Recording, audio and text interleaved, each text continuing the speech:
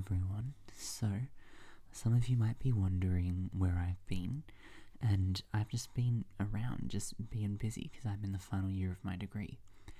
Now, do keep in mind that I do make these videos specifically to help out my students, and most of them have moved on from this area of study, and they were mainly just there to provide them with textual knowledge since I only had them for an hour a week, so it wasn't, the most conducive environment to them developing that. So this was kind of like a supplementary resource for them. Now, if you hear any clucking in the background, that's probably just my neighbor's chickens. But this video is kind of impromptu. I don't have a slideshow prepared for it because what I'm doing is I'm actually editing and giving feedback on an essay that someone sent to me and asked me to react to on the channel. So,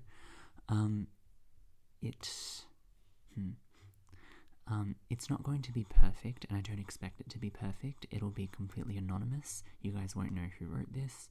Now let's get into it. So, the topic that they've written on is compare the consequences of toxic societies in the crucible and the dressmaker. Cool, that's a fairly stock standard topic. I don't think I can see any real traps in it.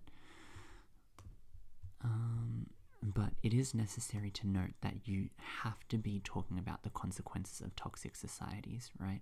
Like, any discussion that deviates from that will be irrelevant. Okay.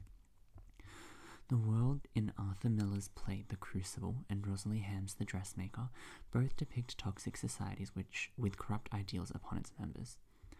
Okay, this first sentence is largely okay. I'm not sure how I feel about the wording of with corrupt ideals upon its members. You could say toxic societies which thrust corrupt ideals upon their members, because it's plural. The broken parochial and societal expectations in both novels lead to the persecution of the individual as an other. Yeah, okay. In addition, the abuse of power potentially leads to ostracization. I don't know why my laptop is saying that's incorrect, probably because I have it on UK or Australian English. Leads to ostracization for those who do not fit among the generally agreed reality and are noticeably different. Don't fit among the generally agreed reality. I don't think that that's well worded, because you can say that people don't fit in among other people, but you wouldn't say that they don't fit among a reality. Among means between other people, like among other people who share similar characteristics. Because those people aren't realities, you wouldn't say they don't fit among realities, right? What I would do instead is simply just get rid of this, because I don't think it adds anything to the sentence if you just say those who are noticeably different from the norm, or you can say those who deviate from societal norms.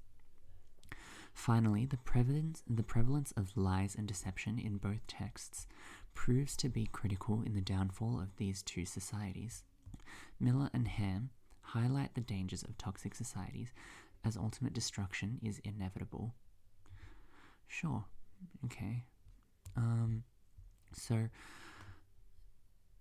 everything seems kind of fine, and I don't tend to advocate for any kind of structure, so even though this doesn't necessarily follow the structure of, listing the broad approaches and talking about how they're similar and different, I think this is totally fine. I think it flows, and it probably does that thing where it foreshadows what you're going to talk about in the rest of the essay, so it's essentially signposting it. So I think that part is fine. Now let's move on to the first body paragraph. Both Miller and Ham signify a similar society where behavioral expectations should correlate with the majority to prevent persecution of the individual. Okay, so this may be a minute point, and it kind of is, because I don't think you're going to lose a great deal of marks in the exam for this, but it is one of my pet peeves, and I do think that examiners will notice it. Certain word choices here aren't the best word choices, so let's see if I can highlight or mark them out in some way. Let's just bold them.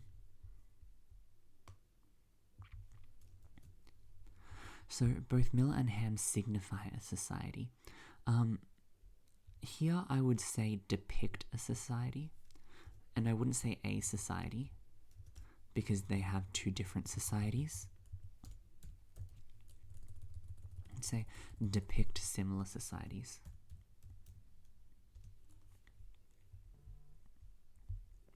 Where behavioral expectations should correlate with the majority. So, again, I don't think correlate is the best word here, just because statistically correlation is a little bit different from fitting in. So, maybe I would say coincide with the majority. Now, when you say behavioral expectations should coincide with the majority or correlate with the majority, that's a little bit inaccurate in terms of the wording. So you would say with those of the majority. Because the majority are people, but behavioral expectations are not people. So if you say those of the majority, you're saying the behavioral expectations of the majority. Or a simpler way to word this that I personally would prefer, but this is just personal choice, I would say where they coincide with the norm, I suppose. That would be an easier way to word it. In The Dressmaker, the 1950s expectations of marriage result in ostracization of single mothers and illegitimate children. Okay. So it's probably because you've used UK English here and then used American English later that it's marking them as wrong. In the exam, I mean, people say that you should try to be consistent, but I seriously doubt that your examiner is going to look at other examples of when you've spelled a word to see if you've used the American or Australian spellings consistently, because realistically they have to get through a lot of papers, so it's not too big of an issue, it's just something to look out for. Ostracization of single mothers. Okay. In the victim-blaming society, old Mad Molly was ostracized for being a single mother. Tilly, being her daughter, was unfairly targeted. Okay. Okay. In the victim-blaming society, I would personally just say in the victim-blaming society of The Dressmaker.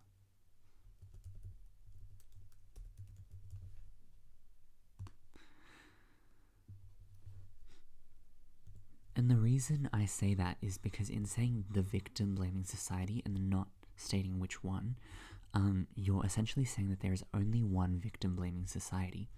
Now, in the context of these two texts, that kind of makes sense, even though there's some degree of irony with victims being blamed in The Crucible.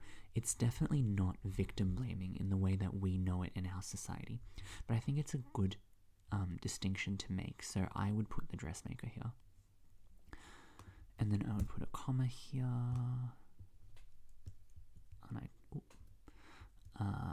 And italicize that. Okay. Was ostracized for being a single mother, Tilly being her daughter. So here, you actually need an embedded clause just for punctuation. Let me know if you guys want a separate video on something like punctuation and grammar and the like, because I don't think it's something that you guys would find inaccessible, especially given the amount of resources you can find on the internet. But, you know, if you want a fairly simple summary of I don't know, punctuation and grammar, just let me know. Being her daughter was unfairly targeted by the townspeople for having an illegitimate child through merciless words all throughout her life, where Tilly feared football defeat would send the people to her, even until her adulthood. Okay, first off, we definitely need a full stop there, because that's the end of an idea and you haven't used a conjunction afterwards. Okay.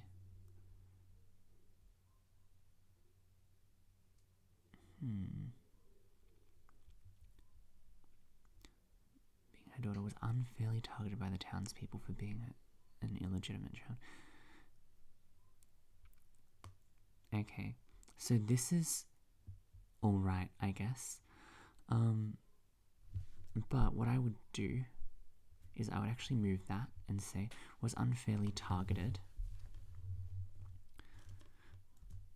with, I don't know, unkind words or harsh treatment. I don't know, persecution. You can kind of make it up as you go. You just need to say somehow she was being oppressed by the people. The townspeople for being an illegitimate child all throughout her life. Where? Okay. I really don't like the use of where whenever you want. And that's just a pet peeve of mine. I think most people don't mind it, but it definitely makes your essay come across a little bit more informal than you want it to be. Her life. In fact, Tilly. Now, this is how I would have phrased it. Also, you don't want your quotes to be too long. In fact, what I would do here, because it's still quite long, feared that being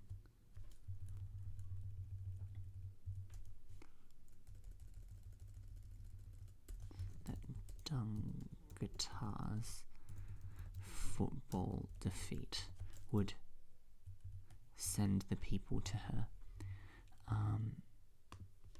comma, even in her adulthood. Just because until suggests that it ends at her adulthood, when really she's already an adult and she's still afraid. The vengeance in the town craves secrets. Okay, so vengeance itself cannot act, so vengeance cannot crave. Does that make sense? So if vengeance is the subject of the sentence, vengeance can't be doing the active verb of craving. So, the vindictive... Ooh, I love that I can spell. The vindictive people of the town crave secrets to add meaning to their hateful intentions. That seems a little... That definitely needs some kind of support, right? Support this claim. So, for example, you could talk a lot about Beulah Harradine as well. So, there's definitely a lot of evidence to support this claim, but you need to include it. So, examiners can say yes, they're right, but they can't mark you on evidence that you haven't included. On the other hand, while Ham focuses on the power of social values to crush the individual, Miller depicts the restrictive power of religion. Okay, so it seems to me that you've kind of made your case with the dressmaker, and you're now moving on to the crucible. Now, structurally, I think this paragraph is very sound. It's clear, and you've signposted which text you're going to talk about where. My one issue with this is I'm not sure if you've proved your point that you made in your topic sentence. So, honestly, I would talk more about the way that Tilly stands out, and you can talk about the things that she wears, or the outsider, and the wariness with which she's treated, right? Because yes, you've said that she was ostracized for being the child of a single mother, but at the same time, I don't think that that's particularly strong evidence in terms of how the text is constructed. There's a lot of content to unpack in terms of talking about how she's shown as an outsider as well. So you can say, in order to incorporate evidence regarding how the text was constructed, you can talk about how Tilly's clothing is described in very visual detail, in very vivid detail, and it usually includes materials like silk. But the townspeople, before Tilly's arrival, are shown wearing much coarser fabric. And you can talk about how Ham uses that to signify to the reader that she is an outsider and doesn't belong there.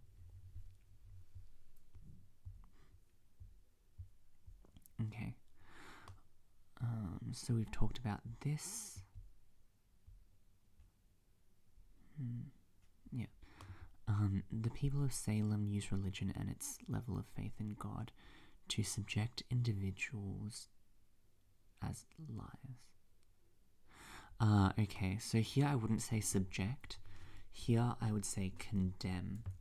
So when you subject someone to something, you need to say subject them to XYZ.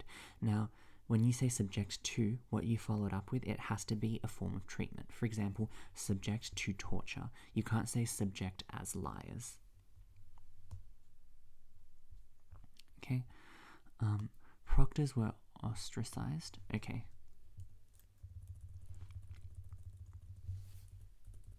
So I'll just change this to the proctors. The proctors were ostracized for not visiting the church often, and society valued lies, and telling the truth meant that you were met with oppression. Children were not valued as they were expected to walk with their eyes lowered. As a result, Miller highlights how people were ready to rebel against the Puritan lifestyle in order to gain more agency. Thus, while Ham portrays the social expectations, I wouldn't say portrays that, I would say suggests that, to the individual, Miller illustrates how the restriction of personal freedom leads to social decline and potential normalization of having a corrupt mentality. Okay.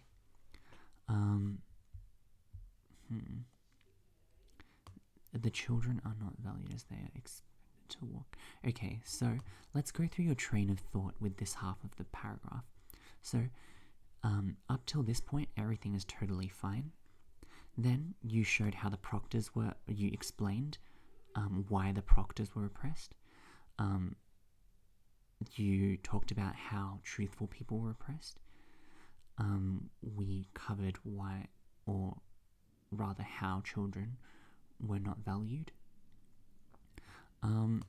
And then you said, as a result, the people were ready to rebel against the Puritan lifestyle to gain more agency. That's 100% true.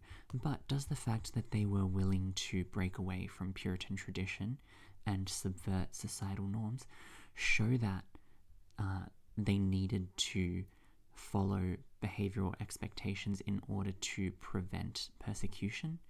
I would say that that doesn't necessarily hold true. Now, it technically does in the text, but you haven't shown me why that's the case and how that's the case.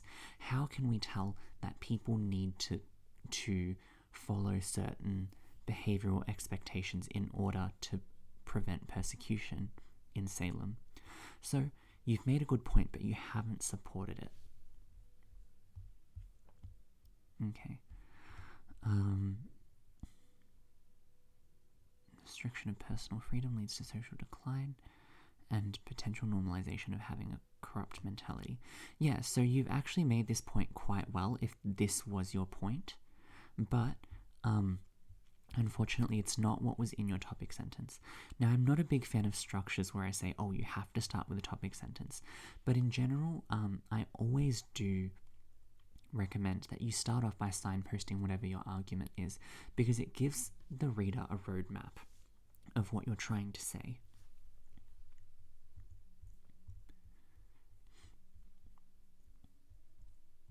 One last thing, corrupt mentality. Normalization of having a corrupt mentality.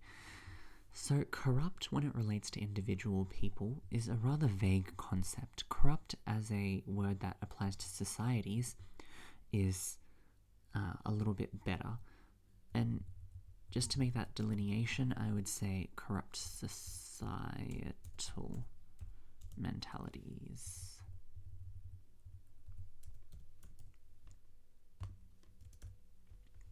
Okay. Now let's move on. The crucible and the dressmaker both exemplify the abuse of power from the powerful to oppress the powerless. I wouldn't say from the powerful,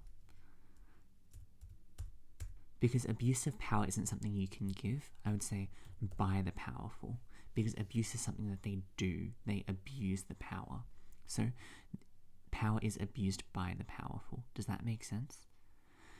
To oppress the powerless. This ultimately leads to unfair and unjust judgments. I don't 100% agree with the use of a semicolon here. I don't think it's the best thing for this specific sentence, just because the second half of the sentence or the second clause is not a natural subset of the first. Yeah, okay.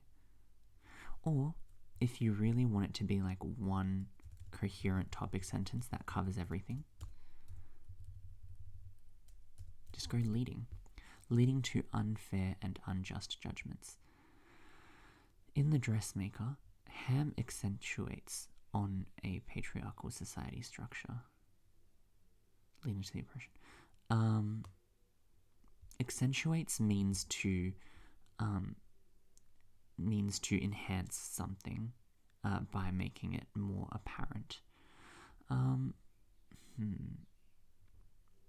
Having a few bruises. Okay. I suppose you could say intimates, but that's not the best word here either. I would say demonstrates that a patriarchal society, I would change that to societal structure leads to the oppression of women. So once again, that's not a major issue. I'm just a really big stickler for grammar. Like, it's not a huge issue. Ideas are what get you the big marks. The oppression of women. Mrs. Almanac having fewer bruises after Mr. Almanac's Parkinson's diagnosis. Okay, so you might have seen in my bad essays video that I said not to quote one word quotes that don't really add anything. So when you say Parkinson's without the quotation marks and Parkinson's with the quotation marks, they still mean the same thing. The word Parkinson's itself does not have specific connotations which make it a point of evidence for what you're trying to say. So the fact that the bruises were reduced after he got his Parkinson's diagnosis is evidence, but the word Parkinson's itself is not evidence. Emphasizes, so you would say emphasizes the abuse, you wouldn't say emphasizes on the abuse. Emphasizes the abuse on use of females by the men in Dungatar due to their patriarchal power. Ham further alludes to this point through the corrupting effects. Okay, that's alright, I guess. Of money and social status, which is evident in Gertrude. So, the subject of the sentence, the subject of this sentence is point, for this clause anyway, and you're then talking about effects, right? So when you say the effects of money and social status, which is evident in Gertrude, is singular, which are, because you're referring to the effects, which are plural. As the director of the play Macbeth, she abuses her power. She abuses her power to yell and shout at the other town residents. Again, yell and shout aren't really evidence on their own, but it's definitely better than just to quote Parkinson's. I guess you could quote them if you wanted. For me personally, I wouldn't quote them. Now, some teachers might say that you should have a certain number of quotes, but here's the thing, right? You don't need to quote to write a brilliant essay. A good essay will argue a point and argue it well. It'll have good ideas and it'll fulfill the criteria that VCAR is looking for. You don't have to quote for evidence. In the end, she ultimately isolates herself as townspeople form a mob and rebel against her power. Gertrude's status as the director corrupted her to think that she is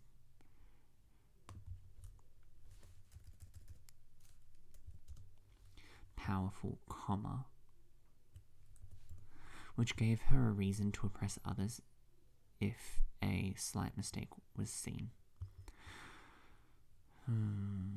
Okay, so in formal essay writing, try to avoid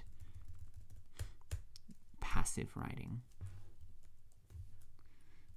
That means instead of saying he was killed by XYZ, say XYZ killed him, unless you've already started the sentence with the person who was being killed being the subject of the sentence.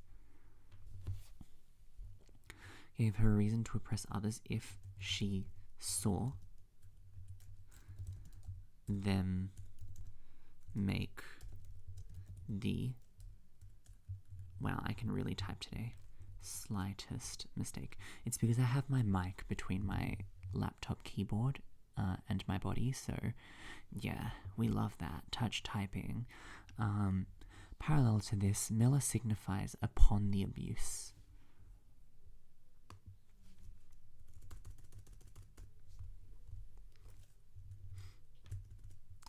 Signifies upon the abuse doesn't really work here. You can signify that, but you can't signify upon. Miller, you can say demonstrates, I guess. We've already used demonstrates. We've said portrays. Have we said depicts? No, we've said depicts, but we haven't said portrays, I think. Okay. Portrays the abuse of religious and social power by the judges in controlling the court and making it serve their own ends. Now, does it serve their own ends? And if so, what does it serve?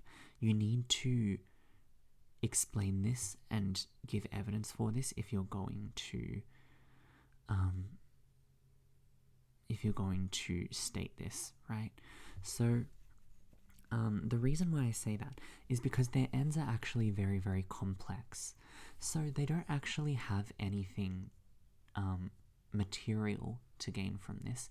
But at the same time, in showing that witches exist, they are perpetuating a societal norm that benefits them because they're beneficiaries of the societal order that they're perpetuating, because they have this presumably quite illustrious. They have these illustrious careers as judges, and the only reason why they're able to be judges is because people believe in witches.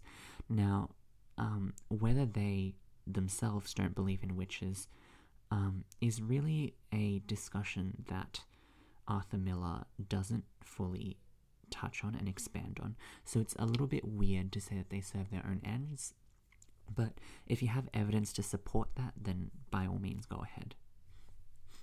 Now, the way that I think about it is whenever you make a claim, you always need to back it up with evidence. So if you say they were doing it for their own means, for their own ends, you need to say, okay, here's my evidence for it, here's a quote, here's a moment from the text, here is some symbolism, right? Now, judges believe baseless claims no matter how much counter evidence they are presented with. Full stop. they crave proof for the truth but instantly believe in false claims. Yeah. Once again, I don't think the one-word quote of proof here really does anything for your argument. Even if you quote proof, you still need to prove that they craved proof. And you still need to prove that they instantly believed in false claims. Simply quoting the word proof doesn't prove your point. Remember, quotes are not there just for the sake of quoting. Quotes are there so that you can have evidence for your point, and in this case, the quote did not make your point. Miller also shows the abuse of power when Putnam abuses his power to get land, uses his daughter, to criminalize Jacob.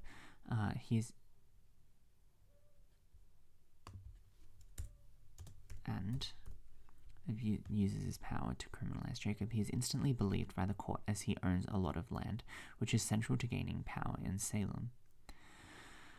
Ham and Miller both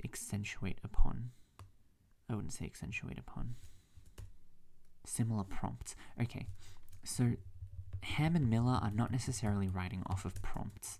Prompts are the things that you get for your essay, like this. Ham and Miller do not write off prompts. They write based on what is artistically fulfilling to them or what they find interesting, right? Because they're writers, we're just students. Both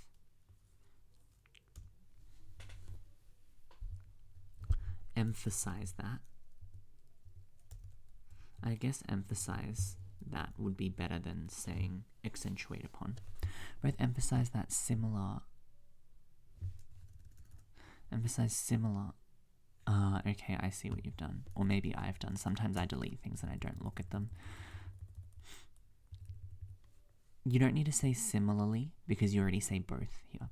Both emphasize that abused power criminalizes the innocent and oppresses the powerless unfairly in the world of Dungata and Salem. Cool. Yep. Oppress the powerless, leading to their unfair and unjust judgments. Yeah, that's fair. Now, here I noticed in your topic sentence that you made a distinction between unfair and unjust by saying that it leads to unfair and unjust judgments. Here, I wouldn't say judgments, I would say treatment, because Mrs. Almanac was not subject to unfair judgment, right? She was subject to unfair treatment, and judgment falls under treatment, especially in the case of the Crucible. Unfair and unjust. Honestly, I would just say unjust rather than unfair and unjust, because if you say both, you're going to have to expand on both and say this is what's unfair and this is what's unjust, which you haven't done, so I would just go with unjust here. Now, where is it?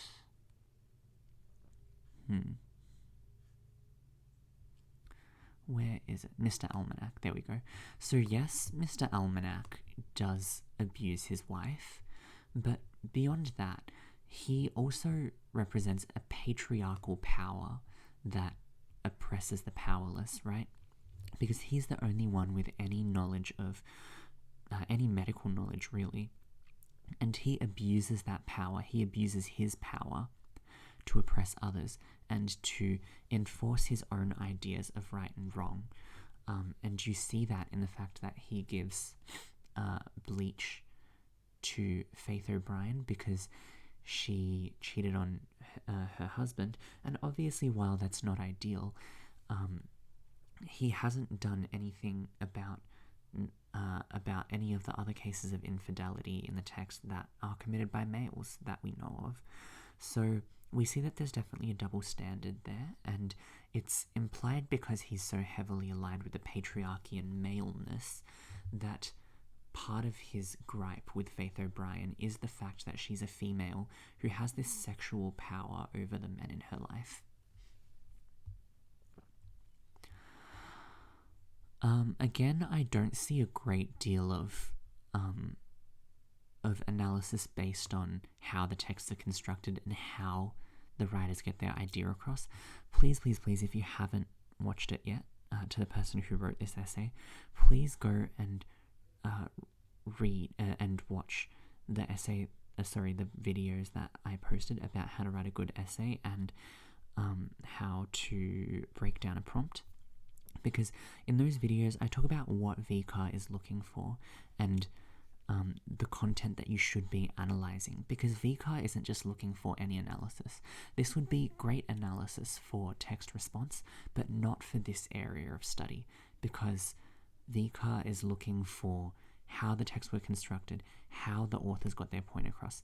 So your analysis really needs to go beyond just the plot of the texts and into how language is used, right? Think of it almost as like the baby of text response and language analysis. It's like they had like some weird hybrid baby, and this is it. You need to look at things like the structure of the text, the progression of the plot, the use of certain words and their connotations, the use of symbolism, motifs, right? Things like repetition in The Crucible, that comes up a lot. You can talk about double meanings and non-linear storytelling. Like, there's so much to talk about with these two texts, and I think there's so much evidence to draw on, and I think it does you a disservice if you analyze like this simply because you don't know what they're looking for, because it's clear that you're quite a strong writer who knows the structure very well, and I think that it would be a disservice to your work if you allow the fact that nobody has told you what the examiners are looking for to hold you back, especially given that the examiners make it very clear every year in the examiners' reports and in the study design. So this information is all available to you. Okay, last body paragraph. Miller and Ham highlight the prevalence of lies and deception in both societies through their characters who indulge in projecting an image to deceive others for self-preservation. Okay, sure. Now this is fine, but I would just say that, I would just make it very clear in my topic sentence that it's a result of the toxicity of their societies.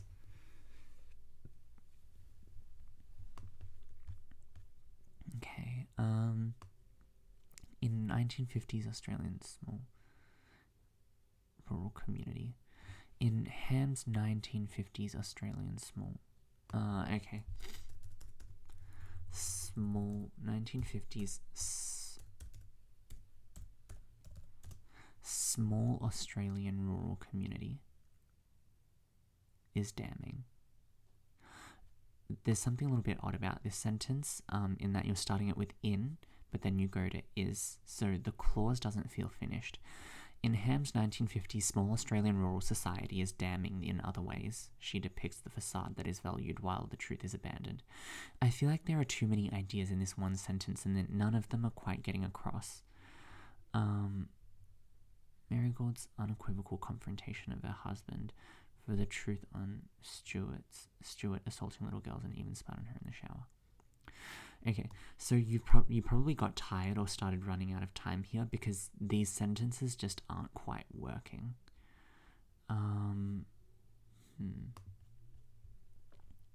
50 small Australian rural community is damning.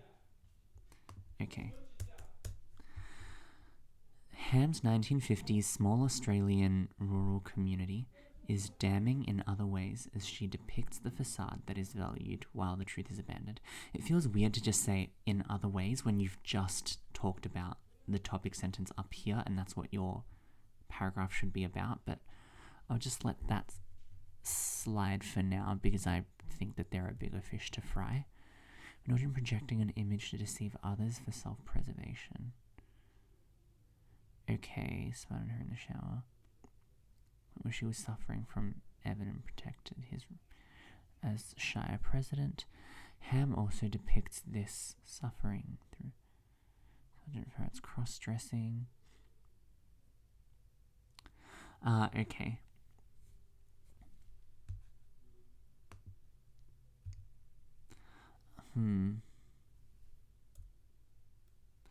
Lies and deception are the same thing. I would say omission. I can spell today, yay. Omission and deception in both societies. Yeah, because a ferret doesn't lie about himself, he omits information about himself. That means that he leaves out information about himself. He selectively says, this is what I show the world and this is what I show myself. Again, Marigold didn't lie to people. She was mentally unwell and she probably omitted information to protect her husband. And also, keep in mind that Marigold knew very little. Remember when Tilly entered town and... oh no, this wasn't when Tilly entered town. When Beulah Harradine was gossiping about Tilly at the ball, and one of the women says, no, Marigold doesn't know anything. Oh no, this is when she first goes out. Yeah, so when she first enters the town, the women say, no, Marigold doesn't know anything. So, Marigold isn't really, like, trying to protect her husband. She is, but at the same time, she knows very little of what's actually going on. Okay. So where she aims to establish that the characters possess secret lives, don't match with their outward persona. Ferret's love for fashion does not correlate. Again, I wouldn't use the word correlate. Does not fit. Expectations in these toxic societies. Full stop. If his secret was discovered, he too would be subjected to prejudice. Okay, yeah.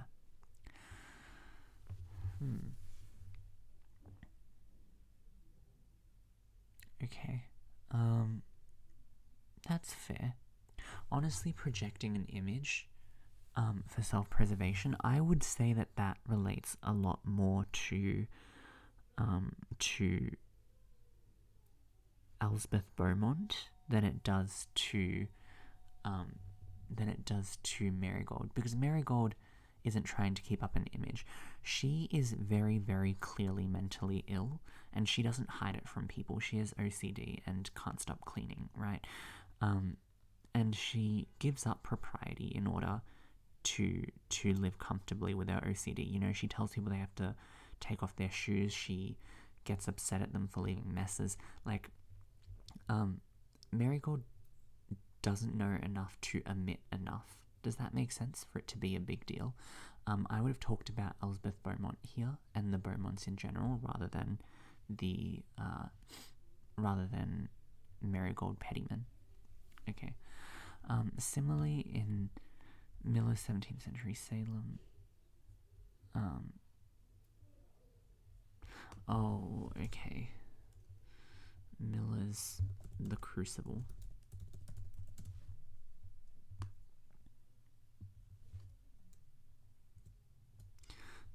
'17th century Salem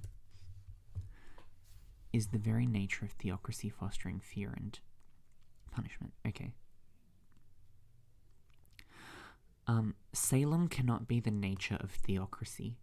Theocracy means to rule, or to, like literally the translation from Greek to English, or the Greek parts to English, would be the rule of religion or the rule of beliefs, right? You can't. So if I asked you, what is the nature of religious beliefs ruling over our secular lives, and you said Salem is the nature of rulership, I would say that's a very, very odd answer. So let's change this. Fostering fear and punishment.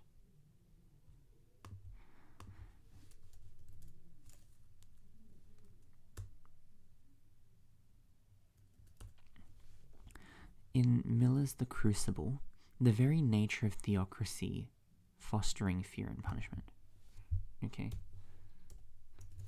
is inextricably tied 2. Fostering fear and punishment. Full stop.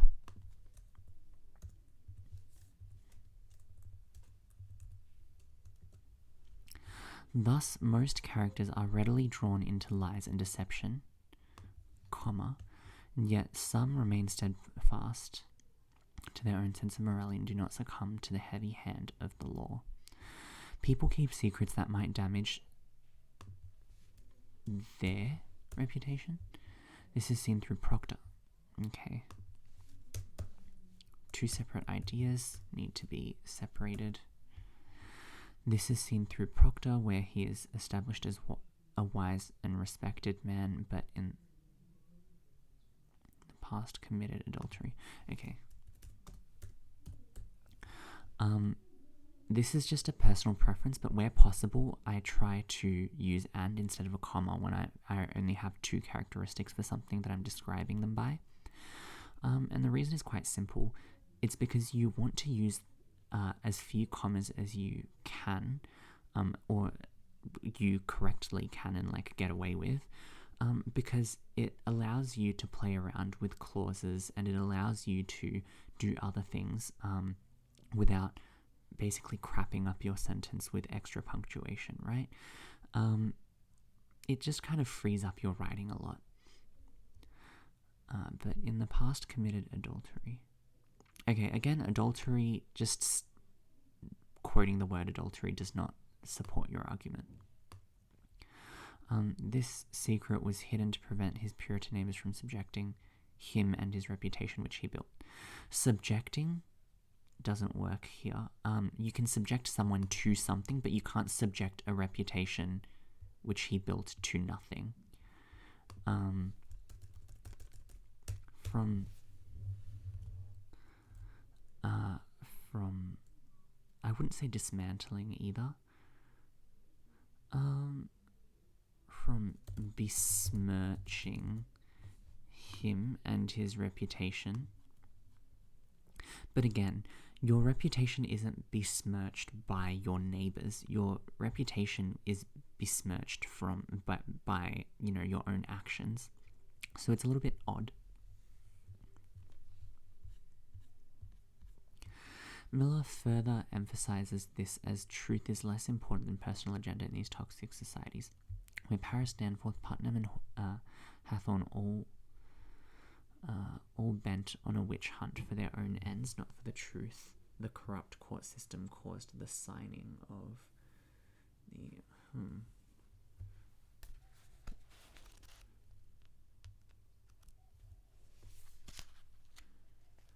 Again, I'm finding it really odd that you're including some of these judges in your assessment of people who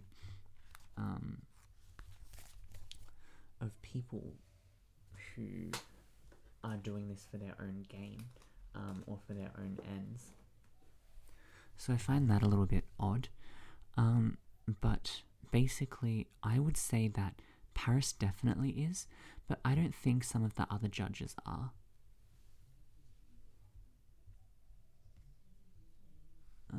Okay, let's continue. Bent on a witch hunt for their own ends, not for the truth. They're bent on almost their version of the truth that they believe in.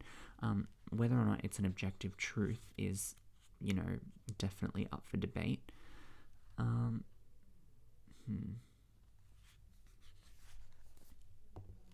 Okay, so again, I don't think that you have the force of evidence on your side for something like this. Corrupt court causes the signing of thousands of death warrants without solid proof. Yeah, but just quoting the signing of thousands of death warrants is not evidence that they were corrupt and condemned without proof, because thousands of people may have been guilty. You need to show that they did so without solid proof, right? And to demonstrate that, you could talk about, for example, the fact that they made the proctors recite the 10 Commandments in their home, and that's, to us today, merely superstition. Both Miller and Ham ultimately signify that in toxic societies lies the deception. Lies and deception prevail. prevails is singular, so lies and deception, it's plural. Ultimately signify that in toxic societies lies. Okay, sure. In Miller's play The Crucible, and Rosalie Ham's The Dressmaker, comma. So after an introductory phrase, you need a comma. So again, you want to minimize the number of commas, but do it in a way that is correct. Toxic societies with corrupt ideals, destruction, and negative consequences prevail.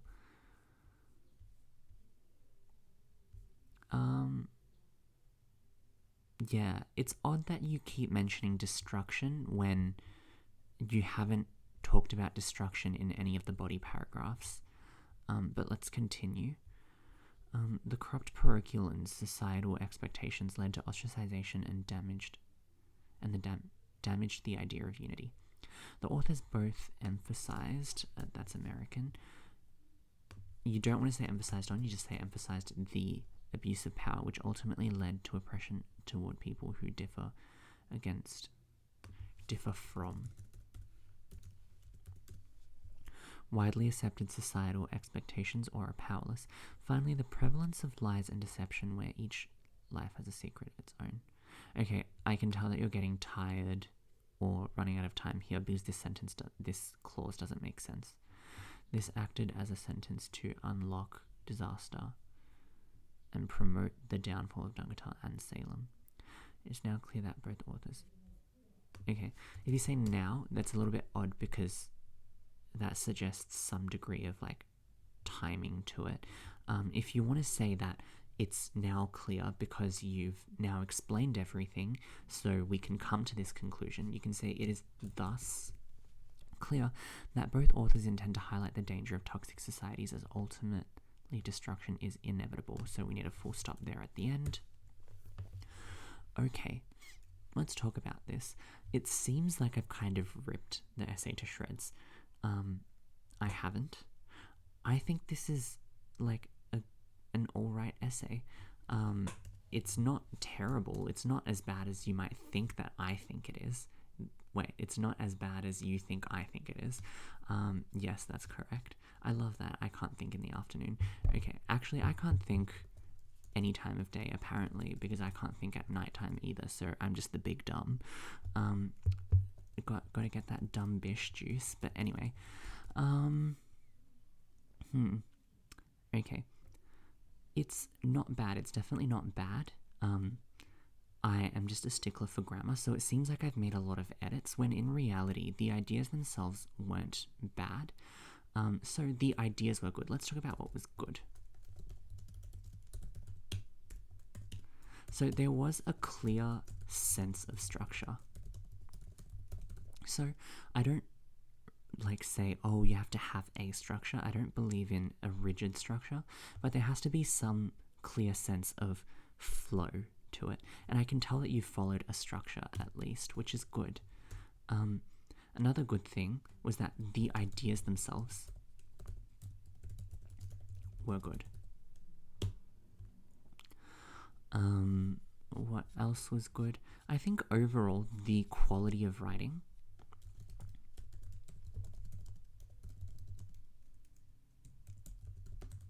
So the quality of writing overall was good. I mean, yes, there were some punctuation and grammar mistakes that I've kind of gone through and covered, but at the same time, I've seen Year 12s write just spelling and grammar-wise at a lot lower standards, or rather to a lower standard, to a lower kind of level.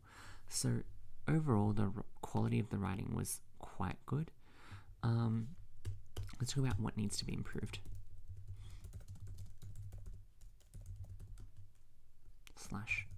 /worked on /changed. Okay, so one thing that I noticed is at times the topic sentences were not proven by the topics or talking points covered in the paragraph.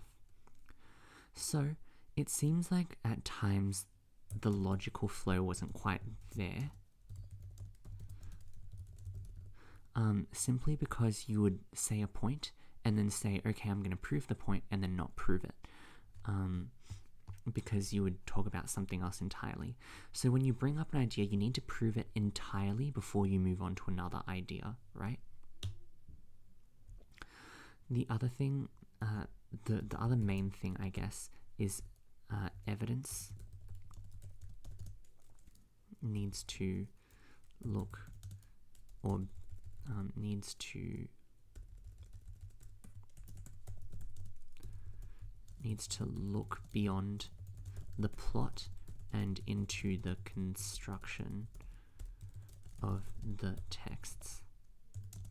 Look for, so these are the things that I want you to look for when you're talking about construction of the texts. Structure, for example, is it linear? Is it circular? Does it have parallel beginnings and endings? Look for stuff like that. Or like why the plot progresses in a certain way, why they have chapters in this format, why they have sections, why the curtain falls at a certain point, things like that, right? You can look for, in the Crucible specifically, you can look for things like lighting. In both texts, symbolism. So there's the motif of the crucible, and then there's, the symbols of the clothing and the materials in the dressmaker.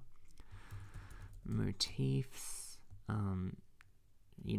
punctuation is a big one in the Crucible. Like, you can see how you're supposed to read things based on the punctuation. Stage directions. For example, in the stage directions, why does it say that Elizabeth Proctor received the kiss from John Proctor rather than using a different word? Because that word was quite important there. For example, for symbols in the Crucible, you can talk about the flowers in the Proctor home. Like, there is a lot to unpack. Just look for things, right? Look for, stage directions, punctuation, motif, structure, sliding. Look for metaphors. Look for intertextual references. In fact, they don't even have to be intertextual. In both, they have references. They have references to the Bible. They have references to 1950s media. Look for stuff like that. That's how the texts are constructed. Those are the ways in which the authors get their ideas across to us, and that's what VCAR is looking for.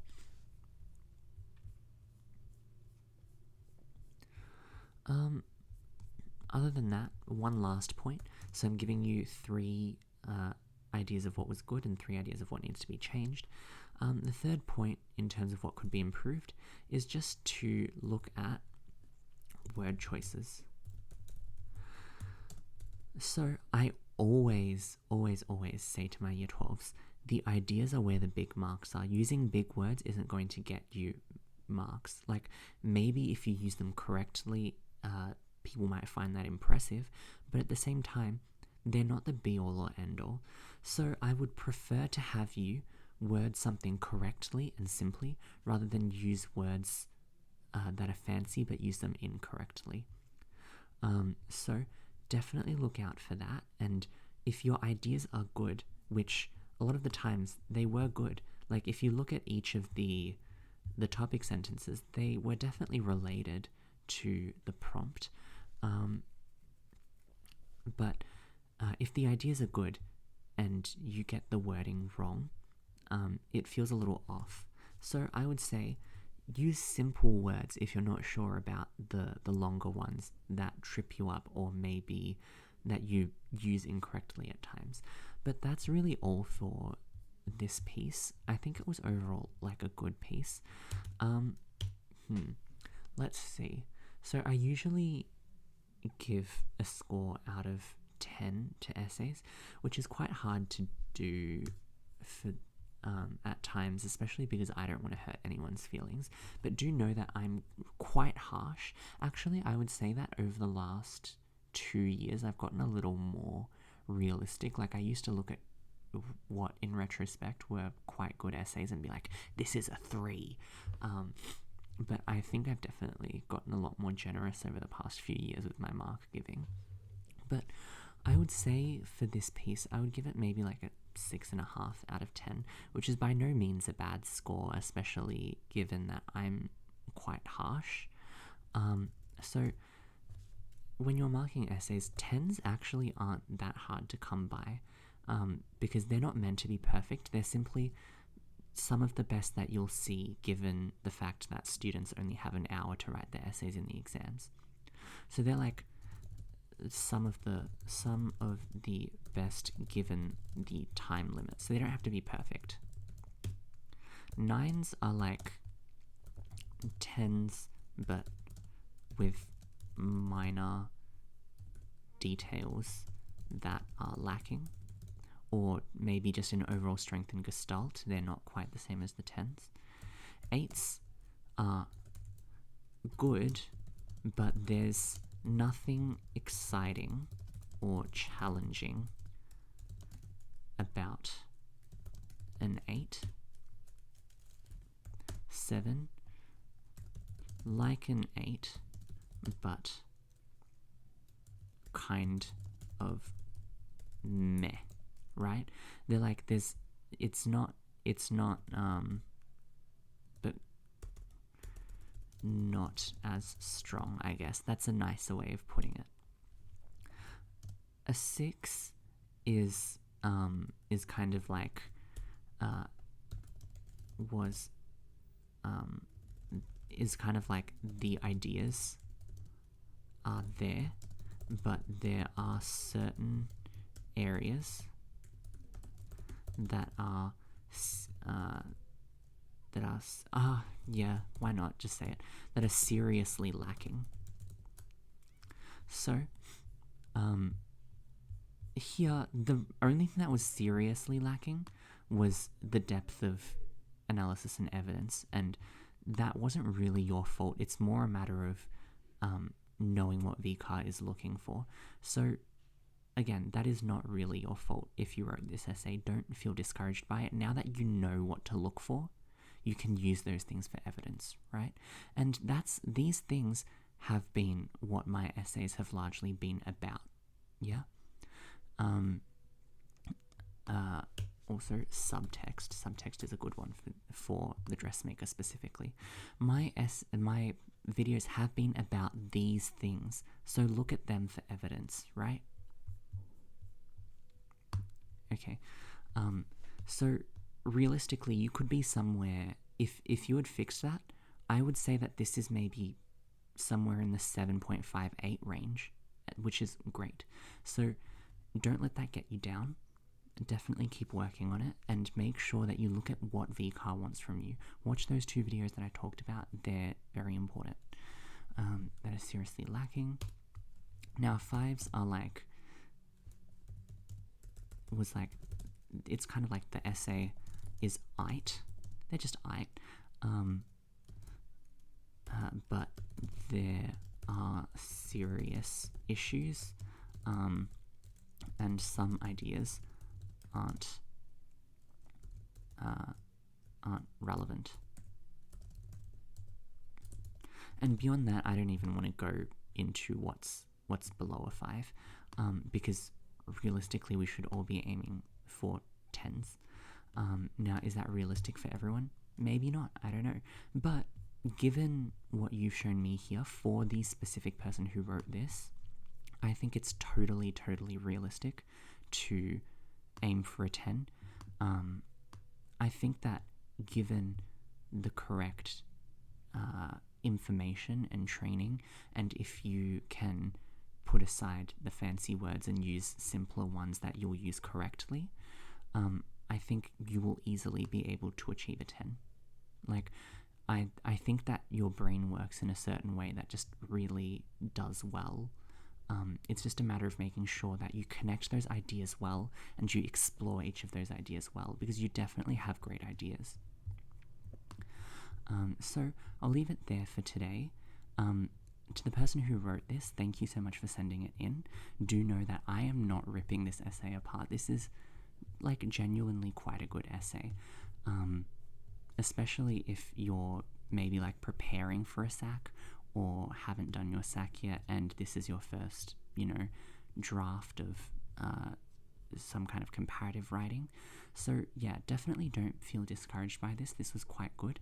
But the main issue, like the big one that you lost marks on, I would say, is this middle one here that I've highlighted. And that's why I've kind of given a lot more detail, because these are the things that I want you to look for when you write a comparative essay. Okay, so that is all for today, and I'll see you guys at some later date, or whenever I feel like updating this, or whenever I have time to. I hope you guys learned something, and I'll see you guys in the next video.